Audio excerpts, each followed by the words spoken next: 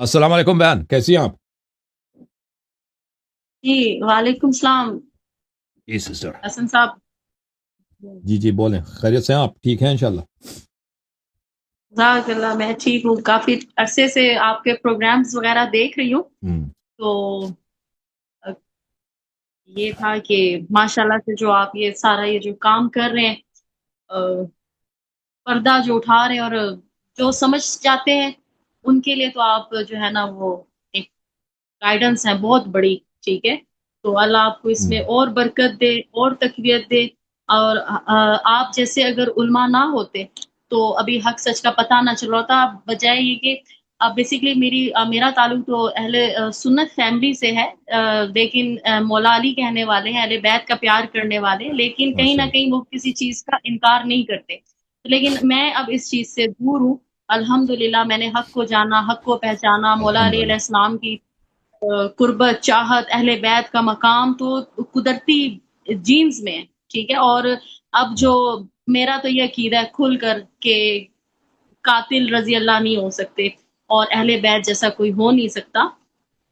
तो मेरा तो खुल कर मैं भी इस चीज़ को करती हूँ और आपसे बहुत इंस्पिरेशन मिली और बहुत ज़्यादा नॉलेज मिली और कई अहले तशय्युओं से मैं अब जब बात करती हूँ, कहते हैं नहीं हसन को नहीं सुनना, उसको छोड़ो। पता नहीं क्यों मुझे नहीं पता, मुझे अभी इतनी सारी चीज़ों का पता नहीं है, क्योंकि शायद आप ये लोग मफ़ाहिमत की तरफ चल पड़े हैं, ठीक है? कि बस हम्म। उनको बोलो, उनके बारे में बात करने की ज़रूरत नहीं है, बस अपना ही अपना अच्छा करते रहो। जब अगर आप हक़ नहीं करोगे, सॉरी मैं टाइम ले रही हूँ, अगर आप हक़ नहीं बात करोगे, तो आप फिर कैसे लोगों को पता चलेगा? मुझ जैसे लोगों को कैसे पता चलेगा? और जो लोग हक़ सच की तलाश में हैं, वो फिर किधर जाएँगे? अगर आप किसी का ज़िक्र ही नहीं करेंगे, किसी के वाक़ये ही नहीं बयान करेंगे, हमारी तारीख़। और मैं आपको ये बता दूँ और जितने भी मेरे इस वक़्त सुनने वाले हैं, मैं उन सबको बता दूँ कि मैं हमेशा से खुद को शियाने अली ही कहती रही हूँ, ताकि मेरे से कोई भी जो जिसके चेहरे पे अली अलैहिस्सलाम का ज़िक्र सुन के ना ऐसा हो जाता है ना, तो वो दूर हो जाए।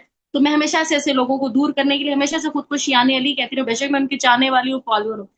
तो अगर हक़ कोई बयान नहीं करेगा, तो फिर कातिल भी रज़ी अल्लाह होगा, मक़तूल भी रज़ी अल्लाह होगा, ठीक है? तो आपके खिलाफ जो लोग हैं, उनको सोचना चाहिए और उन्हें भी, वो इतने बड़े-बड़े आलिम हैं, उन्हें तो बल्कि क्यों वो इस तरह का काम लेते हैं, शियत को खुलकर बयान करना चाहिए, कोई गुनाह नहीं कर रहे, कोई चोरी नहीं कर रहे, अहले बैत का दिफ़ा जो इतनी डिवाइन्स हैं, कायनात जिनके लिए ख़ल्क़ हुई है और इतनी अल्लाह ताला की वो हस्तियाँ, वो क्या शान है बंदे की, मेरे पास कोई अल्फ़ाज़ नहीं, क्योंकि ना मैं आलिमा हूँ, ना मैं इस तरह का वो इंसान हूँ, लेकिन सोचने का मक़ाम है कि अगर उनका हक़ मैं ये कहना चाह रही थी कि मैं जो शियत को मैंने जो जाना है, मैंने शिया से नहीं जाना, क्योंकि हर इंसान अपनी किताब को जानता है। मेरी क्योंकि अहले सुन्नत ट्रेनिंग है, तो मैंने अपने साहिह सित्ता, मुस्लिम, बुखारी से ही शियत को जाना और हक़ ज़ारा को बीबी सलामुल्लाह अलैह जो है ना, वो मैंने अहले सुन्नत से ही जाना। तो जो लोग मेरे सुन्नी बहन-भाई हैं, वो दिल को तासुब से पाक करके, खुले दिल से एक दफ़ा ना वो शिया बन के सोचे, ना वो सुन्नी बन के सोचे। वो बिल्कुल मेरा मैसेज है कि वो एक दफ़ा देखें तो सही कि है क्या?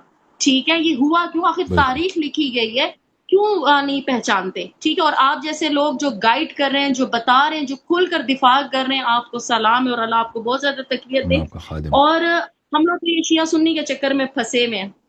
ठीक है, इधर तो हमारे सरों के ऊपर जो है ना वो टिकटॉक वगैरह मैं यूज़ करती हूँ, तो मेरे साथ एक क्रिश्चियन भाई हैं, वो क्रिश्चियन भाई नहीं कहना चाहिए मुझे, वो क्रिश्चियन हैं, उन्होंने बड़े टफ़ किस्म के मेरे से सवाल कर दिए थे, ठीक है? और मज़े की बात है वो किताबों का रेफ़रेंस अहले सुन्नत से ही देते हैं। मैंने कभी किसी को एथियस्ट को, किसी कादियानी को, किसी क्रिश्चियन को जो है ना अहले तशय्युओं का रेफ़रेंस देते हुए नहीं सुना, ठीक है? वो कहते हैं जी जी। अहले सुन, क्या वो हमें मुसलमान नहीं समझते? एक तरफ तो कहते हैं जी आप लोग अक़लियत में, ये मुझे समझ नहीं आती कि नॉन मुस्लिम जो है ना वो इस तरह का तफ़रक़ा क्यों पैदा करते हैं? वो फिर शियत से भी ऐसी चीज़ें साबित करें ना कि जो हैं वो आती हैं, क्योंकि शायद अहले सुन्नत की बुक में इस तरह की चीज़ें लिखी हुई हैं।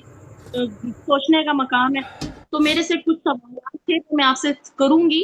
और सबसे हम्म। पहला जो मैं थोड़ा-सा एक नमाज़ के हवाले से सवाल करना चाहूँगी। देखिए जब हम हसन भाई जब हम नमाज़ पढ़ते हैं ना अहले सुन्नत में, ये जैसे जो नमाज़ पढ़ते हैं, तो वो शुरू करते हैं नियत के बाद सुब्हानक अल्लाहुम्मा व बिहम्दिका व तबारक अस्मुका व तआला जद्दुका व ला इलाहा गैरुक। उसके बाद अल्लाह ये जो है ना कह के औज़ु बिल्लाहि मिनश शैतानिर रजीम बिस्मिल्लाहिर रहमानिर रहीम کے بعد سورہ فاتحہ اور جو بھی سورت پڑھنی ہو شروع کرتے ہیں. ٹھیک ہے. تو کیا شیعت میں اس طرح کی کوئی چیز ہے؟ آپ لوگ نماز کس طرح پہلے سٹارٹ کرتے ہیں؟ نیت کے بعد تو اللہ نماز اکبر یہ کے ہے کہ بعد؟ آپ تکبیر کہنے کے بعد آپ سورہ پڑھ سکتی ہیں، ٹھیک ہے نا، کوئی بھی شخص سورہ پڑھ سکتا ہے، لیکن یہ ٹھیک ہے. مستحب ہے. وجہت وجہی للذی فطر السماوات والارض حنیفا مشرکا وما انا من حنیفا مسلما وما انا من المشرکین. یہ آیا پڑھنا تکبیرۃ الاحرام کے بعد یہ مستحب ہے، ٹھیک ہے نا، یہ مستحب ہے. ٹھیک ہے. جی، نیت کے بعد یہ مستحب ہے. اس کے بعد آپ اعوذ باللہ من الشیطان الرجیم پڑھیں گی نچلی آواز سے، پھر بسم اللہ الرحمن الرحیم، اس کے بعد سورہ فاتحہ، پھر کوئی ایک اور سورہ پڑھیں گے، ٹھیک ہے نا. یہ قرآن نماز پڑھنے کا طریقہ ہے. مطلب یہ جو یہ سبحانک اللہم وبحمدک وتبارک اسمک کا پڑھ سکتے ہیں شروع میں؟ منع نہیں ہے. اللہ تعالیٰ کا کوئی بھی ذکر دیکھیں، سبحانک اللہم و تبارک اسمک و تعالی جدک، یہ اچھی چیز ہے.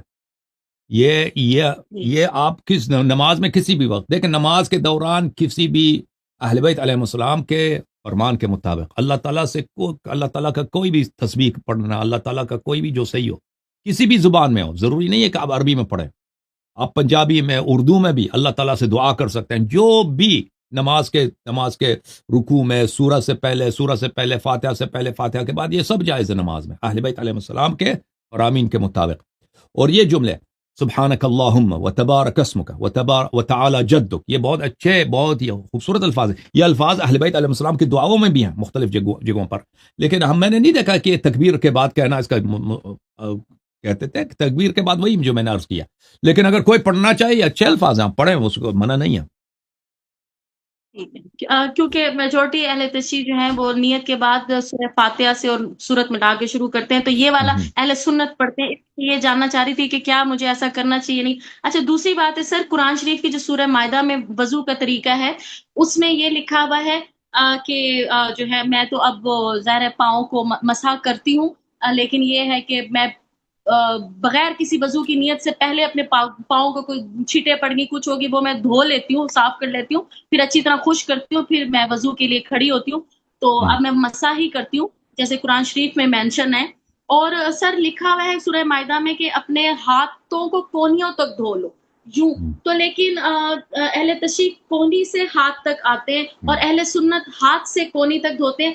تو کون سا اوتھینٹک وے ہے؟ کیونکہ قرآن میں تو ہاتھ اہل بیت علیہ کونی تک ہے. السلام نے کوئی بھی چیز اگر دھونا ہونا تو اس کو اوپر سے نیچے تک دھوتا ہے نا، نیچے سے اوپر کوئی نہیں دھوتا، وہ بیوقوف ہوگا جو نیچے سے اوپر کی طرف دھو لے. پہلی بات یہ ہے. دوسری بات یہ ہے کہ اہل بیت علیہ السلام کے متعلق اسی آیت میں بلے الا جو ہے نا، میں آپ کو الی المرافق وامسحوا برؤوسکم وارجلکم الی المرافق، یہ اہل بیت علیہ السلام کے حدیث میں موجود ہے کہ اہل بیت علیہ السلام کا جو قرات ہے اس میں مع المرافق ہے، یعنی کوہنیوں کے ساتھ، ہاتھوں کو کوہنیوں کے ساتھ، کوہنیوں کو ملا کر دھونا ہے.